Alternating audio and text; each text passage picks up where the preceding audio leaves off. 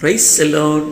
வருத்தப்பட்டு பிரயாசப்படுகிறவனுக்கு அதனால் பலன் என்ன என்கிற கேள்வியை சாலமோன் பிரசங்கின் புஸ்தகம் 3ஆம் அதிகாரம் 9ஆம் வசனத்தில் எழுதி வைத்திருக்கிறதை நாம் அங்கு வாசிக்க முடிகிறது. பக்தனாகி யோபு தன் வாழ்க்கையில் உபத்திரங்கள் வழியாக கடந்து வந்தபடியினாலே 14ஆம் அதிகாரம் 1-2 வசனங்களில் நாம் வாசிக்கிறோம். சிறியிடத்தில் பிறந்த மனுஷன் வாழ்நாள் குறியினவனும் சஞ்சலம் நிறைந்தவனுமாய் இருக்கிறான். அவன் பூவை போல பூத்து அறுப்புண்கிறான், நிழலை போல நிலை நிற்காமல் ஓடிப்போகிறான் என்று சொல்லி பிரியமானே கேள்வி முன்வைத்த சாலமோன் நமக்கு முன்பாக அதற்கான ஒரு வழியும் அவர் எழுதி வைத்திருக்கிறார்.